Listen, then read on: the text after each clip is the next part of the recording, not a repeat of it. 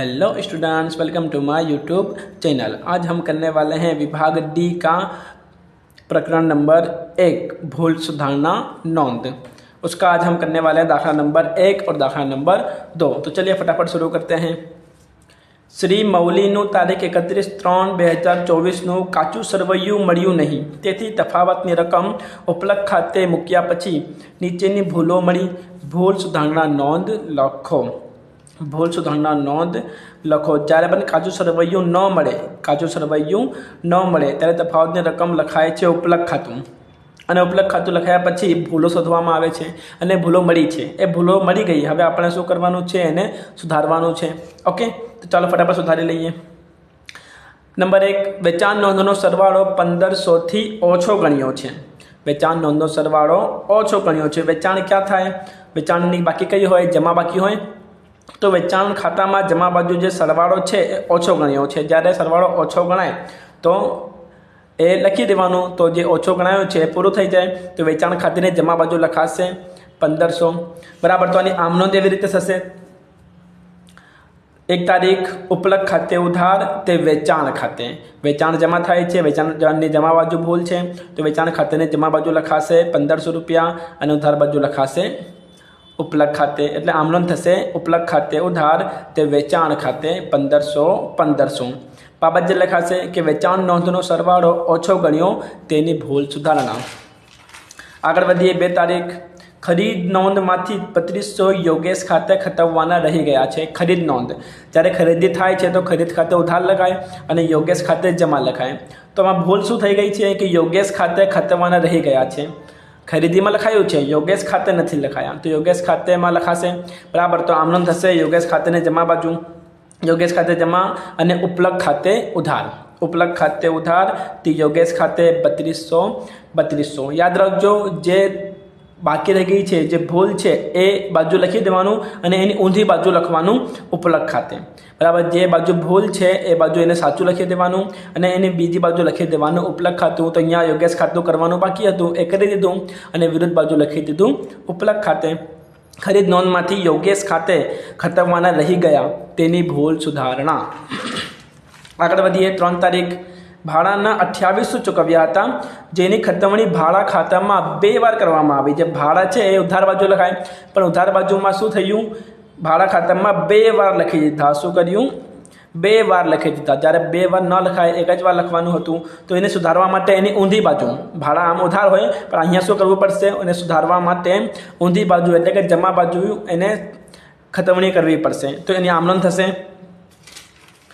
ઉપલબ્ધ ખાતે ઉધાર તે ભાડા ખાતે 2800 બરાબર। ભાડા ઉધાર બાજુ લખાય છે પણ ભૂલ થઈ હતી 2 વાર, તો એક વાર જે વધારાની લખાઈ ગઈ ને એને સુધારવા માટે એને જમા બાજુ અસર આપવી પડે બરાબર।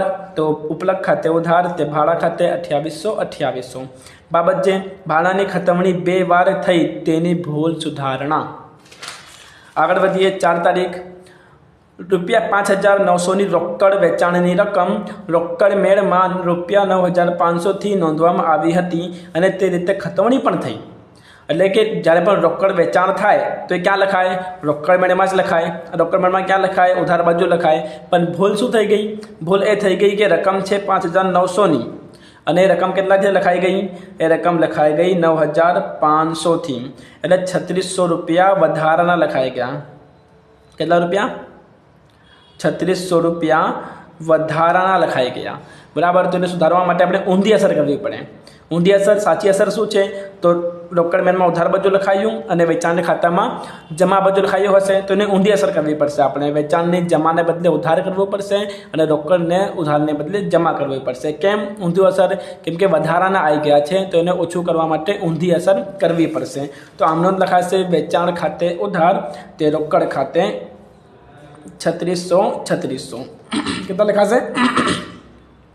3600 અને 3600 રકમ આપણી લખાશે। વેચાણ ખાતે ઉધાર તે રોકડ ખાતે, વેચાણની રકમ વધુ રકમથી ખતવણી થઈ તેની ભૂલ સુધારણા। આની સાથે દાખલા નંબર 1 પૂર્ણ થાય છે। જો તમને સમજમાં આવી હોય તો અને વિડીયો જોયો હોય અહીંયા સુધી તો લાઈક કરી દેજો, લાઈક કર્યા વગર જતા નહીં। ચલો આપણે આગળ વધીએ દાખલા નંબર 2 ઉપર। ચાલો આગળ વધીએ દાખલા નંબર 2 થી। શ્રી જયંતિભાઈ તેમનું કાચું સરવૈયું મેળવી ન શકવાથી તફાવત ઉપલક ખાતે મૂકી કાચું સરવૈયું મેળવી દીધું અને તે ઉપરથી વાર્ષિક હિસાબો તૈયાર કર્યો. પાછળથી તપાસ કરતા ચોપડામાં નીચેની ભૂલો જણાઈ. ભૂલ સુધારણા નોંધ લખો.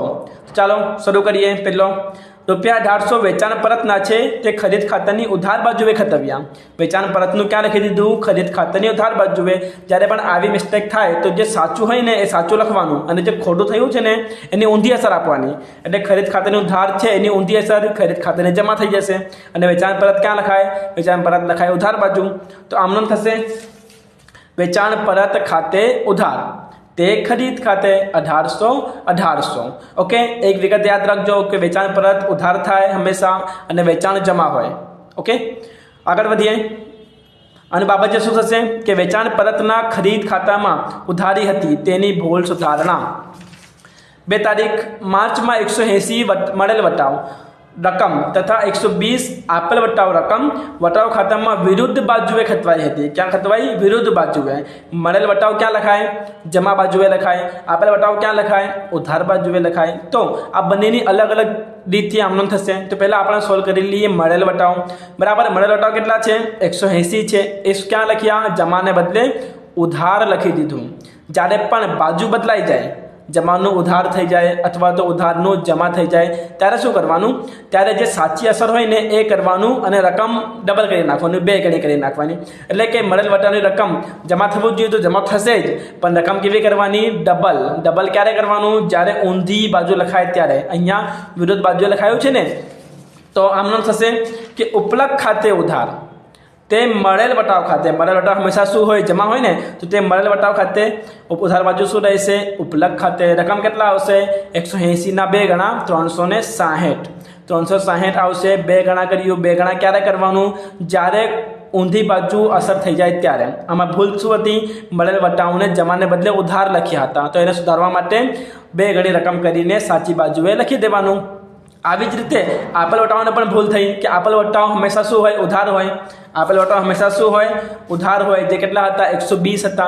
બરાબર, એની પણ શું કર્યું? વિરુદ્ધ બાજુએ લખ્યું. એટલે એને ઉધારને બદલે જમા લખી દીધું હશે. તો જમા લખ્યું તો આપણે શું કરવાનું? ફરીથી રકમ ડબલ કરીને સાચી બાજુએ લખી દેવાનું. તો આપેલ વટાવ હંમેશા ઉધાર થાય, તો આપેલ વટાવ ખાતે ઉધાર તે ઉપલક ખાતે અને 120ના બદલે 240 લખાશે. તેથી શું હોય? ભૂલ સુધરી જાય. ઓકે, જે સાચી હોય એની એકવાર રકમ અને જે ખોટી લખીને એને સુધારવાની બીજી રકમ. એટલે રકમ શું થાય? બેવડી જાય, ડબલ વાર લખાઈ જાય. ઓકે, આગળ વધીએ. 3 તારીખ એક વેપારીને ચૂકવેલ ₹4500 ભૂલથી તેમના ખાતાની જમા બાજુએ 5500 તરીકે ખતવ્યા. બરાબર, વેપારી એટલે લેણદાર થયું. તમે લેણદારને ચૂકવ્યા તો એ લેનાર બનશે. તો લેણદાર ખાતે ઉધાર થાય. કેટલા રૂપિયા? ₹4500. બરાબર, પણ ભૂલ શું કરી કે એમના ખાતાની જમા બાજુએ લખી દીધી. લખવું શું જોઈએ? ઉધાર બાજુએ. લખી શું દીધું? જમા બાજુએ. અને રકમ પણ શું કરી? રકમ પણ ખોટી લખી નાખી. બરાબર, તો અહીંયા શું કરવાનું? જે આપણે સાચી બાજુ છે ને સાચી બાજુ લખી દેવાનું અને રકમ શું થશે? રકમ થશે ડબલ. કેવી રીતે?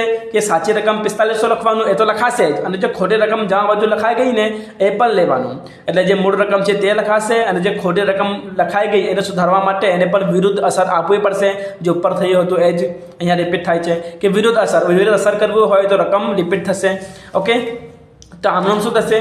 લેણદાર ખાતે ઉધાર 9900 ક્યાંથી આવ્યા? તો મૂળ રકમ 4500 અને જે ઊંધી અસર કરી હતી ઉધારના બદલે જમા લખ્યું હતું તો એને સુધારવા માટે રકમ કેટલી હતી? 5400. તો 5400 અને 4500 કેટલા થશે? 9900. લેણદાર ખાતે ઉધાર 9900 તે ઉપલક ખાતે. ફરી સમજાવું છું, લેણદાર ઉધારના બદલે જમા લખી દીધું હતું અને ખોટી રકમની સાથે. તો એ રકમ સુધારવા માટે એ રકમ લીધું છે અને જમાનું શું થશે? ઉધાર થશે. લેણદાર ખાતે ઉધાર 9900 તે ઉપલક ખાતે 9900. વેપારીને ચૂકવેલ જમા બાજુએ વધુ રકમથી ખતવાયા. બરાબર, ચૂકવેલ છે, ભૂલ શાની થઈ? જમા બાજુએ લખી દીધી. અને બીજી ભૂલ શું થઈ? રકમ પણ વધુ લખી દીધી. એની ભૂલ સુધારણા. ઓકે, આગળ વધીએ. રમેશ તરફથી મળેલ ₹8000ની લેણી હુંડી તેવી હુંડી નોંધમાં નોંધેલ છે. શું મળી? લેણી હુંડી મળી. એને શેમાં લખી દીધું? એમાં લખી દીધું દેવી હુંડીમાં. બરાબર, લેણી હુંડી શું હોય? ઉધાર બાકી હોય. અને દેવી હુંડીને શું હોય? જમા બાકી હોય. બંનેની અલગ અલગ બાકી હોય. અહીંયા પર ભૂલ થઈ. સાચી અસર થવું જોઈએ લેણી હુંડી, પણ એના બદલે ક્યાં લખી દીધું? દેવી હુંડી જમા બાજુ લખી દીધું. તો આને સુધારવા માટે જે સાચું હોય એ તો કરવાનું જ, અને જે ખોટું હોય ને એને ઊંધી અસર કરવાની. તો સાચી એટલે લેણી હુંડી ખાતે ઉધાર, ઊંધી શું થઈ ગઈ? દેવી હુંડી જમા. તો એને સુધારવા માટે દેવી હુંડીને શું કરવું પડશે? એને પણ ઉધાર કરવો પડશે. લેણી હુંડી ખાતે ઉધાર, દેવી હુંડી ખાતે ઉધાર તે ઉપલક ખાતે. લેણી હુંડી ખાતે ઉધાર 8,000 રૂપિયા, દેવી હુંડી ખાતે ઉધાર 8,000 રૂપિયા, તે ઉપલક ખાતે 16,000 રૂપિયા. અહીંયા લેણી હુંડી એ ખરેખર એન્ટ્રી છે, અને દેવી હુંડી જે ખોટી તરીકે જમા બાજુ લખાઈ હતી એને સુધારવા માટે ઉધાર બાજુ લખ્યું, તાકે બંને બાજુ શું થાય? બેલેન્સ થઈ જાય તે માટે એ 8,000 રૂપિયા, અને બંનેનો સરવાળો થશે ઉપલક ખાતે 16,000 રૂપિયા. બાબત જે લેણી હુંડીની નોંધ દેવી હુંડી તરીકે થઈ તેની ભૂલ સુધારણા. આની સાથે દાખલા નંબર 2 પણ પૂરું થાય છે, ભૂલ સુધારણા નોંધની. જો તમને ખબર પડી હોય તો વિડીયોને લાઇક કરતા ના ભૂલતા, પોતાના ફ્રેન્ડ્સને જરૂર શેર કરો, અને સબસ્ક્રાઇબ ન કર્યો હોય તો સબસ્ક્રાઇબ કરી લેજો. અને જો પણ તમને ના ખબર પડી હોય તો ફરીથી લેક્ચરને પાછું જુઓ અને 2 વાર જુઓ, તમને સમજમાં આવી જશે. Okay, thanks for watching.